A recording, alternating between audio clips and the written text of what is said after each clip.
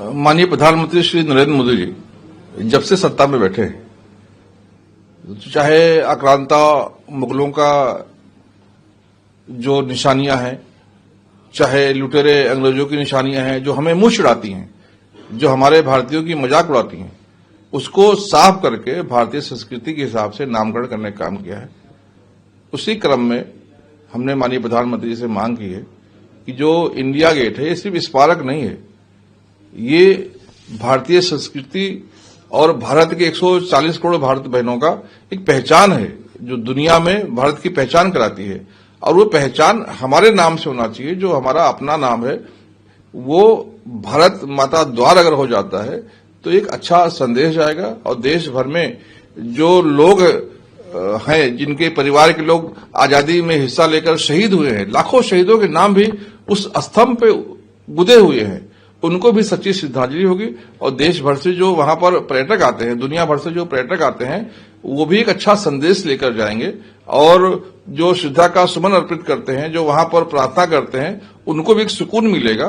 तो इसके लिए हमने मांग किया है कि जिस प्रकार से आपने जॉर्ज पंचम की मूर्ति हटाई, वो भी 70 साल तक कांग्रेस के जमाने में वहां बैठी रही और हमारे भारत के लोगों को मुंह चिढ़ाती रही। अंग्रेज चले गए लेकिन मूर्ति वहीं बैठी रही। उसको बदलकर नेताजी सुभाष चंद्र बोस की मूर्ति लगाकर युवाओं को एक नया संदेश देने का काम किया है। आज जो युवा आते हैं और नेताजी को देखते हैं तो उनको प्रेरणा मिलती है, नेताजी जैसा बनने का काम करते हैं, वो प्रयास करते हैं। वो जो राजपथ था उसको चेंज करके उन्होंने कर्तव्य पथ किया, जिससे जो वहां पे पर्यटक आते हैं उनको अपने देश के प्रति कर्तव्यों की याद दिलाती है। उसी प्रकार से क्रूर औरंगजेब के नाम से जो रोड था उसको हटाकर उन्होंने एपीजे कलाम रोड किया, जिससे एक अच्छी भावना आती है। देश के प्रति प्यार करने वालों के नाम को हम याद करते हैं, उनके जैसे बनने की कोशिश करते हैं, एक अच्छा संदेश लेकर जाते हैं। उसी प्रकार से हमने माननीय प्रधानमंत्री से कहा है कि भारत माता द्वार अगर उसका नाम होता है तो एक अच्छा संदेश देश भर में जाएगा, दुनिया भर में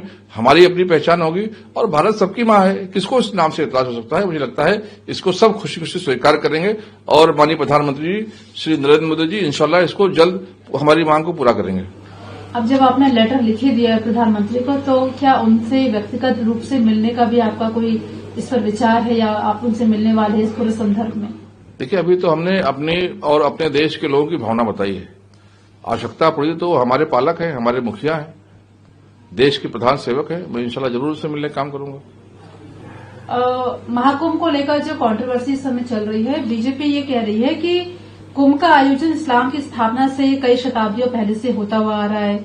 जब इस्लाम था भी नहीं तब से कुंभ का आयोजन हो रहा है। तो जो कुछ कट्टरपंथी रेडिकल मुसलमान हैं वो माहौल को बिगाड़ने की कोशिश कर रहे हैं। महाकुंभ को लेकर ये बयान है, बीजेपी आप कैसे देख रहे हैं? देखिए, जो कुंभ है वो भारत की पहचान पूरी दुनिया से कराता है। जो कुंभ का आयोजन होता है, दुनिया भर से लोग वहां पर आते हैं और सिर्फ धर्म ही नहीं, हमारे अर्थ के हिसाब से, वो व्यापार के हिसाब से लोगों को वहां फायदा होता है।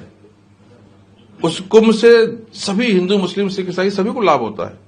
तो मुझे लगता है कि उस कुंभ को कामयाब करना, भारत एक अच्छा संदेश दुनिया को दे, उसके लिए हम सब हिंदू, मुसलमान, सिख, ईसाई सबको मिलकर आने वाले अतिथियों का स्वागत करना, ये हमारा प्रथम कर्तव्य बनता है। मैं आपके माध्यम से अपने सभी मुस्लिम भाइयों से भी अपील करूंगा कि जितनी भी सेवा बन सके, हम किसी को चाय पिला सकते हैं, ठंड का मौसम है तो चाय पिला के सेवा करें, हम किसी को अपने घर में रुका सकते हैं तो उनको रुकाकर सेवा करें। अतिथि देवो भव, उसका संदेश हमें वहां से देना चाहिए और एक अच्छा संदेश आने वाले वहां से लेकर जाएं। भारत की पहचान, एकता, अखंडता को वो महसूस करें। इसके लिए हम सब भारतीयों को काम करना चाहिए।